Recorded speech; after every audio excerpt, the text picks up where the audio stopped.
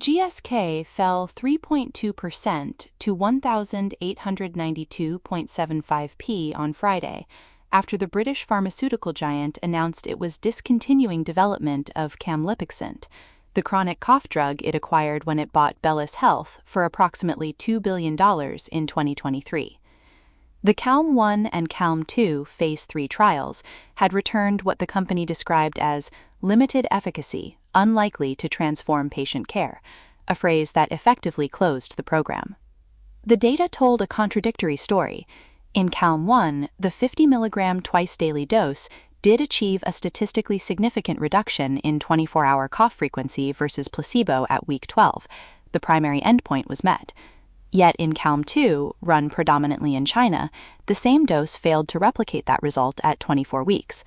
The lower 25 mg dose showed no significant improvement in either study, and key secondary endpoints, including patient-reported outcomes, missed their thresholds in both trials.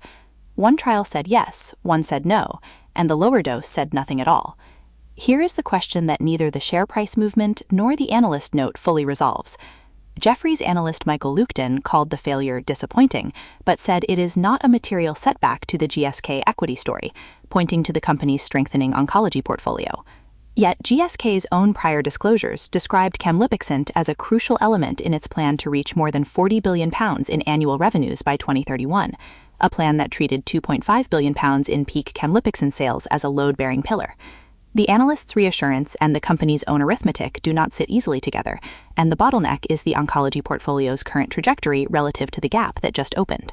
GSK paid approximately $2 billion to acquire Bellus Health in June 2023.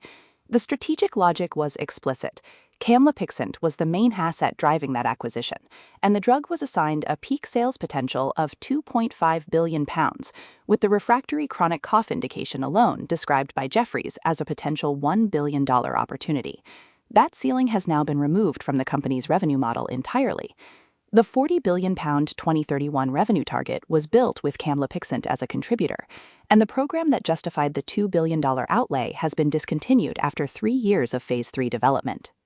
Jefferies' manageable verdict rests on a buried assumption that the oncology portfolio had already grown large enough to absorb Camlipixant's absence before today's data arrived. This is not obviously true. Jemperli, GSK's PD-1 inhibitor, recorded sales growth 40%. The counter-thesis begins with Jemperli. GSK's PD-1 inhibitor has been gaining momentum as a genuine oncology growth driver, with sales up 40% to £232 million in the first quarter of this year. The AZU-1 Phase 2 trial in dMMR/MSIH locally advanced rectal cancer met its primary endpoint at 12 months, showing a meaningful and sustained clinical complete response rate that positions Jemperli as potentially allowing some patients to avoid surgery, radiotherapy, and chemotherapy altogether. GSK has said it intends to file with regulators, including under the FDA's accelerated approval pathway, and has breakthrough therapy designation for this indication. But the verification gap is real. GSK has set a $2 billion plus peak sales target for Jemperli, with roughly half expected from endometrial cancer, where the drug is already approved with chemotherapy, and the remainder from colorectal and head and neck cancer indications that have not yet been filed. The rectal cancer AZU-1 data are interim Phase 2 results, not a completed Phase 3. The AZU-2 randomized Phase 3 trial in resectable colon cancer is still running. Even a successful path through regulators takes years.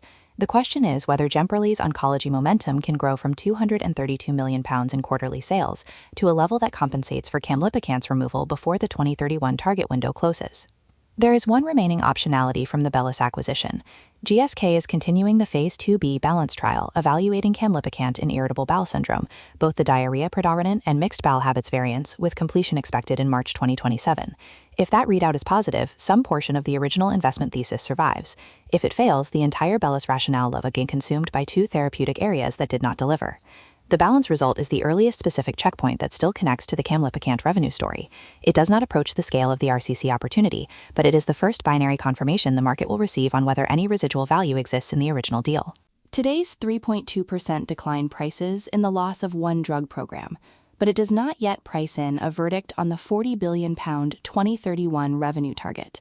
That is the reframe the share price decline obscures. The real question is not whether Camlipixant mattered in isolation, but whether its absence opens a gap in the long-range revenue bridge that oncology cannot fill at its current trajectory. Jeffrey says it does not. GSK's own prior arithmetic suggested it did. For holders, the monitoring variable is Jemperli's regulatory progress, specifically the AZURE-2 Phase 3 readout in colorectal cancer, and any update on the AZURE-1 accelerated approval filing timeline. If Jemperli secures a colorectal approval and the quarterly sales run rate continues above 40% growth, the oncology replacement thesis gains real traction. If the approvals slip or growth decelerates, the gap left by Camlipixant becomes harder to close before 2031. For watchers, the nearest binary checkpoint is the Balance trial in March 2027. A positive IBS readout would preserve some residual Bellus value. A failure would confirm that the $2 billion acquisition yielded nothing of lasting worth, and that management's capital allocation judgment on a class with a visible failure record remains unresolved. The position becomes an entry setup if Jemperli's Phase 3 data arrive on schedule and positive, confirming that oncology's trajectory already compensates for what Camlipixant was supposed to contribute. In that case, today's 3.2% decline is the mispricing. The position becomes a trap if AZURE-2 readouts are delayed or negative, while Balance also misses in March 2027, leaving the £40 billion 2031 target exposed on two fronts, the bridge asset gone and the replacement drug stalled. Neither outcome is decided today. The distinction between the two is exactly what a $2 billion acquisition and a failed Phase 3 class have left unresolved.